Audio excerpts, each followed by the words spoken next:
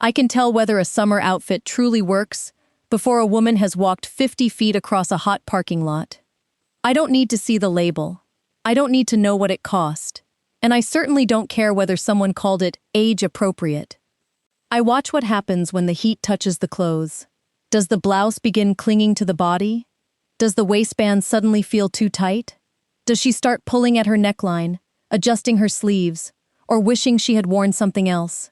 That is the real summer fitting room. After years of studying how fabric, proportion, and movement work on a woman's body, I've learned something important. The women who look most elegant in extreme heat are not necessarily wearing less. Their clothes are simply fighting them less. And that distinction changes everything. After 60, your body may not tolerate heat the way it once did.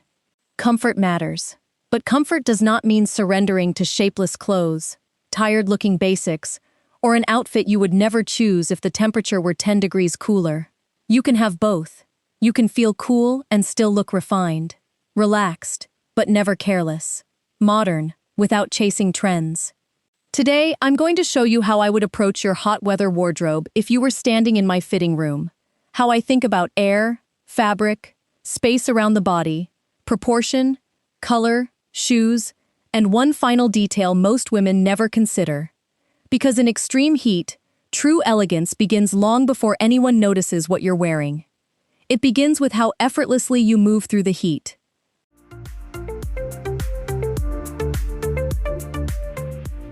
When the temperature climbs, the first thing I look at is not how much skin an outfit shows. I look at where the air can go. That may sound like a small distinction, but it changes the way you dress for heat. Many women assume that less fabric automatically means a cooler outfit. So they reach for a fitted sleeveless top, because it looks light and minimal. But if that fabric sits directly against the chest, stomach, and back, especially if it does not breathe well, you may feel warmer than you would in a loose shirt with sleeves. As a designer, I think of a good summer silhouette almost like architecture. You need entrances for air, you need space for circulation, and you need somewhere for heat to escape. Picture yourself running errands on a 95-degree afternoon. You're wearing a thin knit top that looked perfectly flattering in your air-conditioned bedroom. 10 minutes outside, it begins sticking around your waist and back. Now you're tugging at it every time you step out of the car. Instead, imagine a lightweight linen or cotton shirt with a slightly open neckline, relaxed sleeves, and enough room through the torso to move away from your skin as you walk. You're actually wearing more fabric. But the fabric isn't sitting on you. It's moving with you. And this is where many women get summer dressing completely backward. They remove fabric when what they really need to create is space. For everyday errands, lunch outdoors, sightseeing, or a casual weekend, try this simple test. Put on your outfit and gently pull the fabric away from your torso. If it immediately snaps back and clings everywhere, reconsider the fit. You don't need oversized clothing. You need breathing room. Think less about how much of your body is covered, and more about how much air your clothes allow around it. Because once you understand air, the next question becomes even more important. What kind of fabric are you asking that air to move through?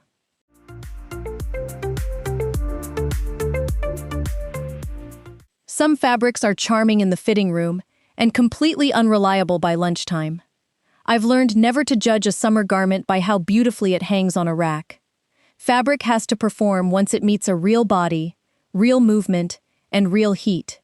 Think of your summer fabric as an employee. It has a job to do. It should allow heat to escape. It should move rather than stick. It should handle a reasonable amount of moisture without immediately looking exhausted. And ideally, it should still look presentable after you've sat in the car, walked across a parking lot, and spent an hour outdoors. That is why I often return to linen, lightweight cotton, cotton poplin, seersucker, soft gauze, and certain breathable lyocell or linen blends. But here's the part nobody talks about enough. Don't shop for summer fabric with your eyes alone. Shop with your hands. Take the fabric between your fingers. Does it feel dry and airy, or strangely slick and sealed? Scrunch a small section gently, then release it. Move it. Hold it toward the light if you can.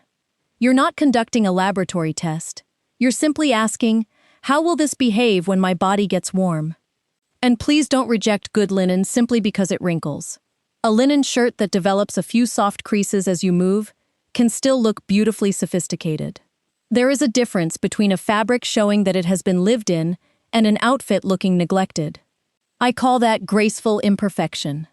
For lunch, travel, an outdoor gathering, or an afternoon of errands, I would rather see a woman in breathable linen with a few natural creases than in a perfectly smooth blouse she cannot wait to take off.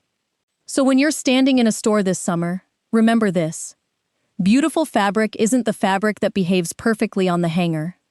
It's the fabric that continues behaving well when your day becomes imperfect. And even the finest summer fabric can fail if we make one mistake with fit. We place it too close to the body.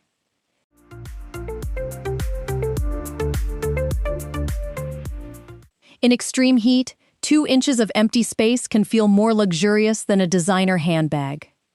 Now, I don't mean you should measure exactly 2 inches between your body and every garment. I use 2-inch luxury as a designer's way of thinking. It means giving the body just enough space to exist comfortably inside the clothes. This becomes especially important after 60. Our proportions change. The waist may become softer.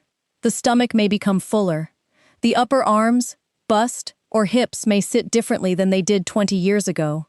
And too often, women respond in one of 2 ways. They squeeze the body into something fitted because they believe tighter clothing will make them look slimmer, or they hide everything underneath something enormous. Neither approach gives the body what it actually needs. I want the fabric to skim, not squeeze, not drown, skim. Imagine getting dressed for a summer lunch. You put on cropped pants that fit tightly through the thighs and grip the waist when you sit. They may look neat while you're standing in front of the mirror, but an hour later, you're thinking about your clothes instead of enjoying your afternoon. Now replace them with fluid straight-leg trousers, or a gently wide-leg pair that falls cleanly from the hip. Suddenly, something interesting happens. There is air around the legs. The waistband feels easier. The fabric moves when you walk. And visually, the body often appears longer and calmer, because the eye sees one clean line instead of every contour underneath it. This sounds small, but it changes everything. A well-dressed woman over 60 does not need her clothes to prove that she still has a figure. Her clothes should respect the figure she has today. So before leaving home, sit down in your outfit, cross your legs, reach forward, walk around the room. If the clothes become uncomfortable, the moment your body behaves like a real body, the fit is wrong. Remember the rule: skim, don't squeeze, don't drown. But there is one problem. Once women discover the comfort of looser clothing, many go too far. And that is where an airy summer outfit can quietly lose all of its elegance.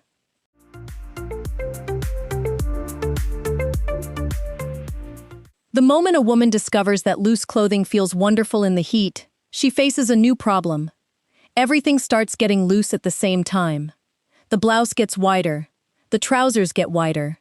Then comes the soft cardigan, the oversized tote, perhaps a chunky sandal. Nothing is technically wrong. But the outfit has lost its punctuation.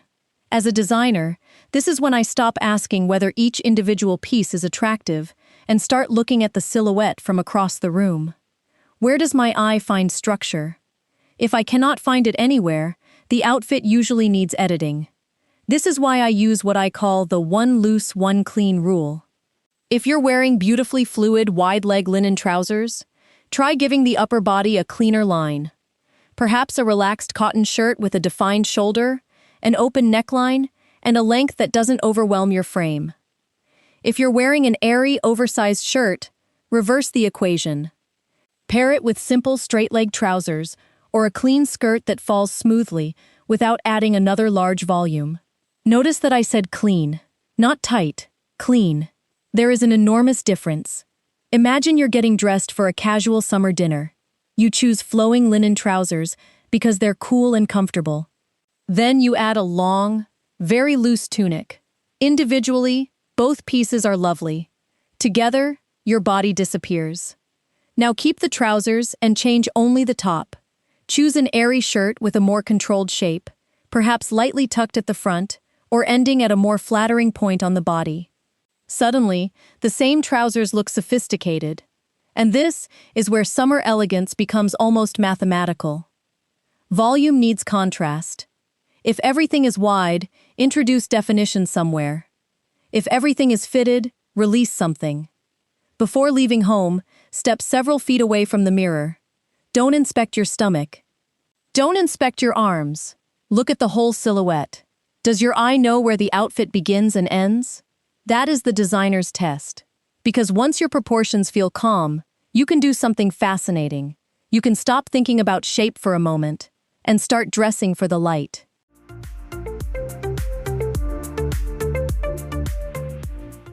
A color does not live in your closet. It lives in the light. This is something designers understand instinctively, but most women are never taught to think about. You get dressed in a softly lit bedroom. Your black top looks sophisticated. Your dark trousers look slimming. Everything feels polished. Then you walk outside at noon. Under hard summer sunlight, that same outfit can suddenly feel heavier, denser, and more severe than it did indoors. This does not mean you have to stop wearing black after 60. I would never make such a rule. Black can be magnificent. But extreme summer heat gives us an opportunity to explore a quieter palette. Think soft white instead of brilliant white.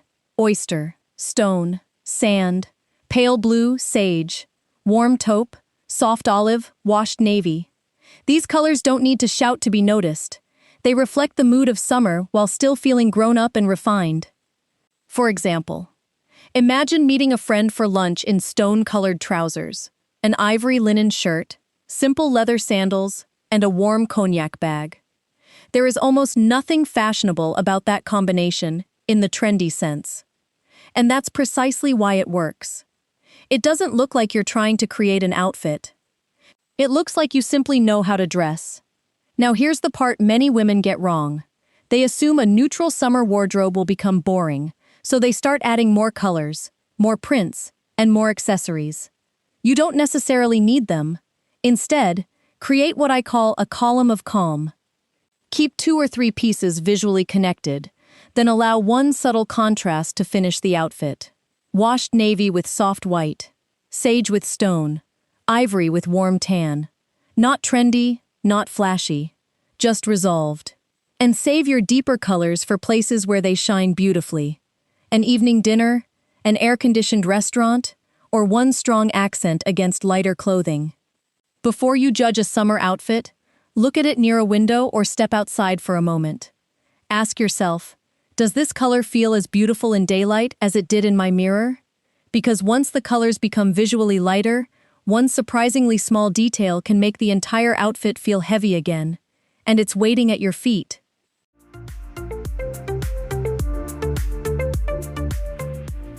Sometimes I can fix an entire summer outfit without touching the clothes. I simply change the shoes. Designers call this visual weight. A shoe can be perfectly comfortable and perfectly attractive on its own, yet still feel too heavy for the clothing above it. Imagine fluid linen trousers, an airy cotton shirt, and soft summer colors. Everything is moving gently. Then your eye reaches the floor and meets a large, bulky shoe with a thick, visually heavy sole. Suddenly, the outfit feels anchored. This does not mean women over 60 should wear delicate little sandals with no support. Absolutely not. A beautiful outfit is useless if you're thinking about your feet all afternoon. Comfort matters, but supportive does not have to mean visually heavy. Look for a shoe that gives you the support you need, while keeping the design relatively clean.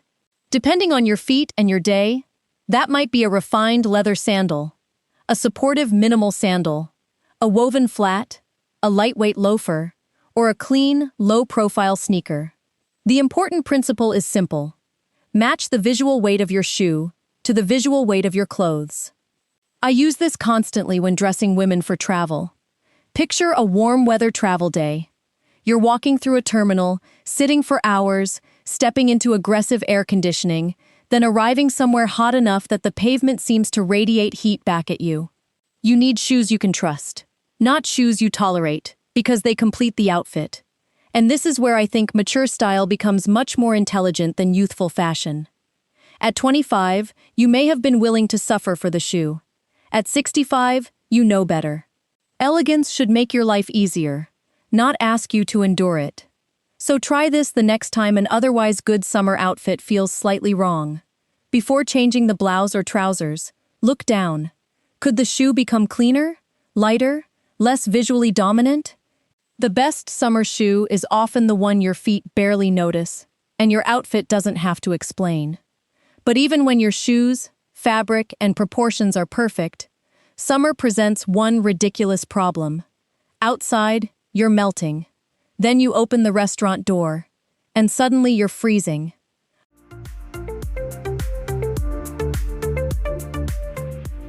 One of the strangest things about dressing for an American summer is that your outfit may need to survive 2 seasons in the same afternoon. Outside, the pavement is shimmering. Then you walk into a restaurant, grocery store, doctor's office, or movie theater, and within 10 minutes, you're rubbing your arms because the air conditioning feels like October. This is where I see women make a very understandable mistake. They dress for one climate and simply tolerate the other. But good design should solve problems. So instead, I use what I call the 30-second layer. This is not the heavy cardigan you carry all afternoon and immediately regret bringing. It is a lightweight layer that can change your comfort in seconds without changing the character of your outfit. Think of a featherweight linen shirt worn open, a fine cotton cardigan, an unlined summer jacket, or a lightweight wrap if that suits your style. The key is not simply that it is thin, it must cooperate. It should fold easily. It should work with several outfits. It should look intentional when you're wearing it, and unobtrusive when you're carrying it. Imagine meeting friends for lunch. You're wearing fluid trousers and a sleeveless linen top. Outside, the outfit feels wonderful. Then you enter a heavily air-conditioned restaurant. Instead of covering that beautiful outfit with a bulky emergency cardigan, you add a soft, lightweight layer that was already part of the plan. 30 seconds. Nothing else changes. Now here's the part nobody talks about. Sophistication often looks like preparation. The woman who appears effortlessly comfortable is not necessarily lucky. She may simply have anticipated what her day was going to ask of her. That is something I have come to appreciate more and more about style after 60. You know your life. You know which restaurants are freezing. You know when you'll be walking. You know whether you'll be sitting in a cold waiting room for an hour. Use that knowledge. Your wardrobe should cooperate with your life. Your life should never have to cooperate with your wardrobe. And once you've solved comfort, there is one final designer's move. It costs nothing. It takes less than 10 seconds. And it may be the difference between looking nicely dressed and looking truly elegant.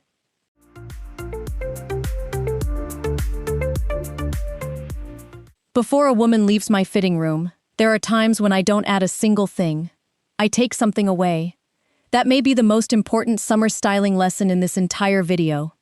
Extreme heat changes the way we see an outfit. Heavy layers feel heavier. Busy prints feel busier. Too many accessories begin competing with the lightness we're trying to create. And when everything is speaking, nothing sounds elegant. Imagine you're dressed for a summer dinner. You have beautiful linen trousers, a softly draped top, a necklace, earrings, bracelets, a decorative belt, a printed scarf tied to your bag, and statement sandals. There may not be one bad piece in that entire outfit, but I would still ask you to stand in front of the mirror and answer one question. What could disappear without making me look less beautiful? Perhaps it's the necklace, because the earrings already frame your face. Perhaps it's the belt, because the trousers already fall beautifully. Perhaps it's the scarf, because the bag doesn't need decoration. Remove one thing, then look again. You may be surprised by what happens. Your face becomes more noticeable. The line of the clothing becomes clearer. The quality of the fabric has room to be seen. This is where many women misunderstand simplicity. Simple does not mean plain. Restraint is not the absence of style. It is the confidence to know when the outfit is finished. For a hot weather dinner, I might choose fluid trousers, a beautiful ivory shirt, comfortable leather sandals, one excellent bracelet, sunglasses, and a structured bag. That's enough. Not because a woman over 60 should disappear. Quite the opposite. When the clothes become quieter, the woman becomes more visible. Winter can tolerate drama. Extreme heat rewards restraint. And style after 60 is not about proving that you still know what's fashionable. It is about knowing yourself well enough that fashion no longer gets the final word. So before you leave home this summer, get completely dressed. Then remove one unnecessary thing. Not trendy, not flashy, not empty, resolved. And now, think back to the woman we met at the beginning of this video, walking across that brutally hot parking lot, because we can finally understand why she looked so effortlessly composed. Think back to the woman crossing that brutally hot parking lot. She feels the heat. Of course she does. The difference is that her clothes are not making the heat harder to bear. There is air around her body. Her fabric breathes and moves. Nothing is gripping where it shouldn't. Her shoes support her instead of distracting her. Her colors look calm in the sunlight, and when she walks into a freezing restaurant, one light layer solves the problem in seconds. Nothing about her outfit is fighting for attention, and because of that, you notice her. That, to me, is summer elegance after 60. It isn't about enduring discomfort beautifully. It's about designing discomfort out of the outfit. You don't need an enormous summer wardrobe to achieve it. You need a few intelligent pieces, better fabric, thoughtful proportions, comfortable shoes, breathing room, and the confidence to stop adding when the outfit is already complete. So this summer, please don't stand in front of the mirror asking, "Does this make me look younger?" There is a much better question.